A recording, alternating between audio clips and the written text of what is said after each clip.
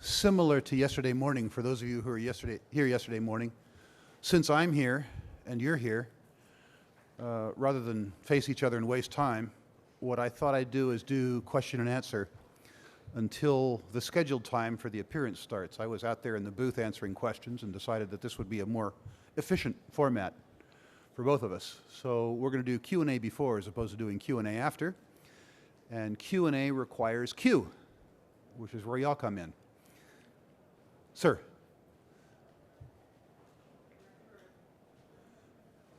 It's all right. I'll repeat the question. You tell me, I'll repeat the question. You're able to buy warrants and private placements, the type of thing you're doing now, a lot of that. For the average person like us, should we even be looking at exploration plays, or should we focus on mid-cap junior producers? The gentleman asked the question suggesting that he doesn't have the access to private placements and warrants that I do, and as a consequence of that, should he be fooling around with exploration at all and focus on mid-cap juniors? That's really a function of your time horizons, your patience, and your acceptance of risk.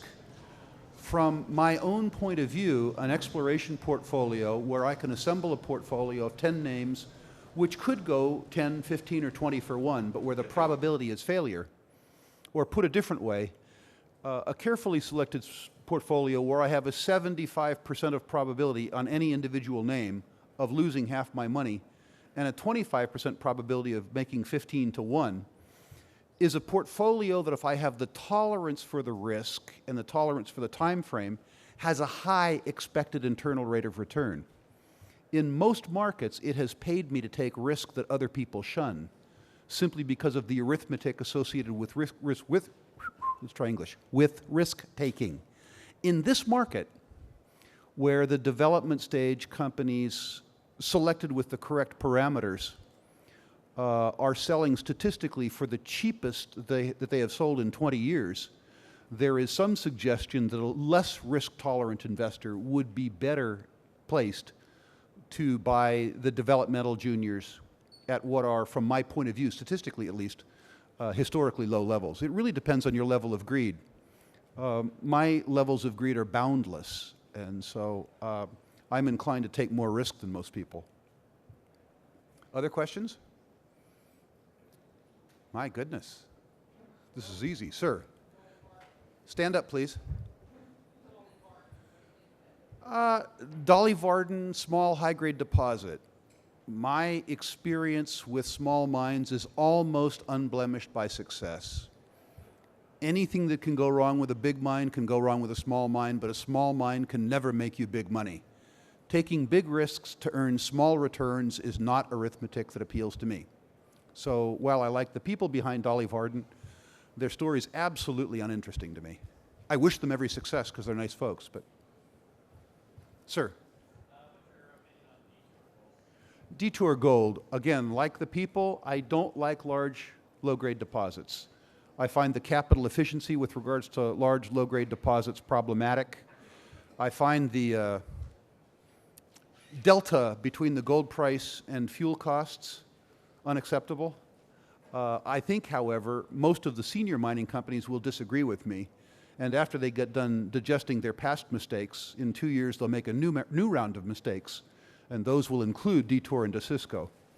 But I don't allow myself to burden my portfolio by assuming that the big money is really, truly stupid, despite the fact that they evidence it time and again. So I'm not a Detour holder. Sir?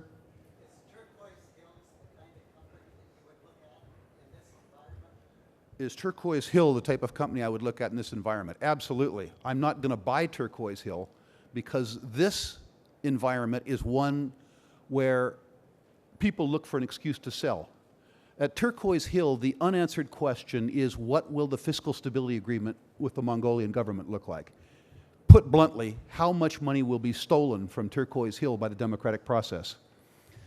What's interesting to note is if the question is answered quickly, if the news is bad, the stock will sell off. And if the news is good, the stock will sell off. That means that I have the luxury of waiting to see if I get good news. If I get good news at a discount, because my time horizon and my orientation is different than the markets, I'll be able to buy good news at a discount. There's no need to anticipate the news because this market wants to go lower. I desperately want to own Turquoise Hill, and I desperately want to own a lot of it, but there's no point in owning it now. Other questions? Sir.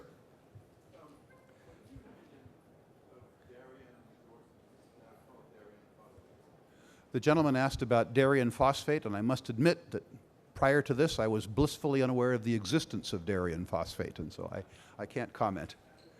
Other questions? Sir. Comment on the Bank of Greece. Again, prior to right now, I was blissfully unaware of the existence of the Bank of Greece. I've made lots of deposit mistakes in my life, but never that one. Sir. Blackwater. I think the market will reward it well because Canadians are ethnocentric. Canadians believe that Canadian projects are better than other projects and Canadian gold is better. That project is constrained in terms of grade, I think. I think they're going to have upside blowouts in capital cost. So I think the market will like it eventually, but I don't. I don't. Sir, far back. Pretium Resources. I was a very, very, very large holder on the IPO. I'm a much smaller holder now because Quartermain exceeded every level of greed I had. There were two unanswered questions. One, the BC electorate. How many people in the room are from BC? Uncommon display of wisdom. Nice work on the election. Totally unexpected. The fact that you guys snatched victory from the jaws of defeat when everybody expected you to snatch defeat from the jaws of victory was wonderful. Anyway, that was one unanswered question. The other unanswered question is the bulk sample. Is the mineralization, the interstitial mineralization between the carats, does the distribution of grade align conformably, or is it in a series of discontinuous sheets? The bulk sample will answer that question. My suspicion is that if the news is bad, just like Turquoise Hill, the stock will sell off. And if the news is good, the stock will sell off. So my hope is that the news is good and that I can buy Pretium, having a yes answer, for less money. The guy who runs the company, Bob Quartermain, is somebody who I've financed for 20 years. And I have enough regard for, enough trust in, that he was actually successor trustee on my will for some period of time. So I give them high, high, high marks for management, if that answers the question. Far back? Prophecy Platinum. Like the platinum business, I like the deposit. The unanswered question is how big can they make it? I'm not a Prophecy shareholder. If the price got lower and they wanted us to finance with a little more time to study it to see if they could double the size of the deposit, I'd be there. They call it Prophecy Platinum. Right now, it's really large Prophecy low-grade nickel, which is a less compelling story. But if they could double the size of the deposit, I'd get more interested. Like the people. How are we doing? Far back, ma'am. Sorry? Somebody want to help me with that? I couldn't hear or... Aerostar. Again, don't know enough to comment. Sorry. Sir.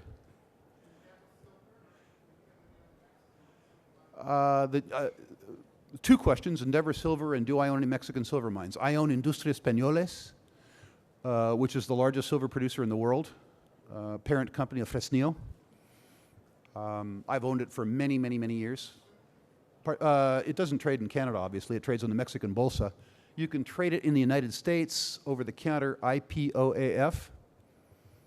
I don't own Endeavor Silver. I did. I'm really, really, really segregating among the silver producers. However, you need to know I work at a place called Sprott. He doesn't work at a place called Rule. And he owns Endeavor Silver. Sir.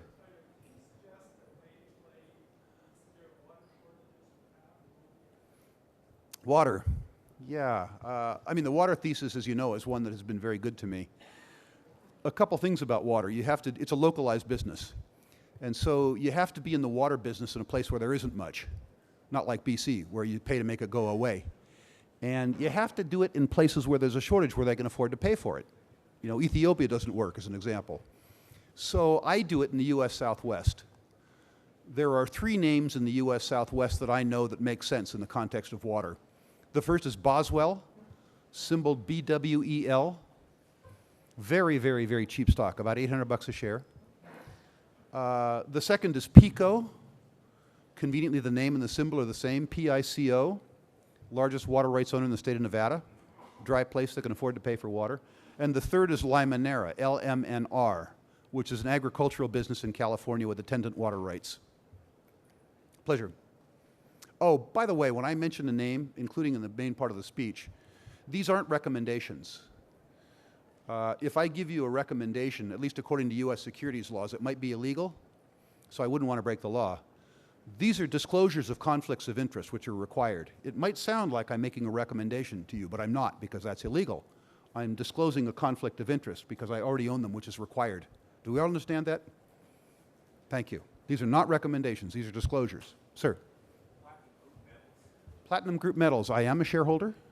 I hope it has a happy ending. You know, developmental stage stories are always risky. Well, the whole business is risky.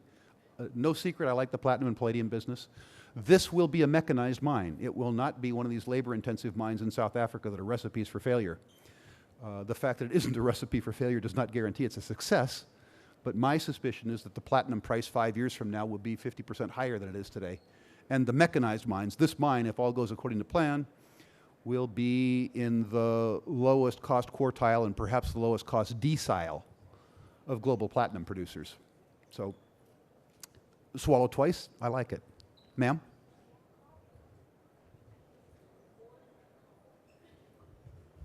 I think the question involved Goldcorp. Yeah. I'm a holder, not a buyer. If there was more volatility in the market, in other words, if the VIX was higher, I would be a seller of Goldcorp puts. It seems to be the only one of the majors that isn't prone to making really catastrophic mistakes on an ongoing basis. That's damning them by faint praise, I guess, but you do want to own one of the senior producers, and they seem to be the least error-prone of the majors. Ma'am? Still can't hear you. Blue gold.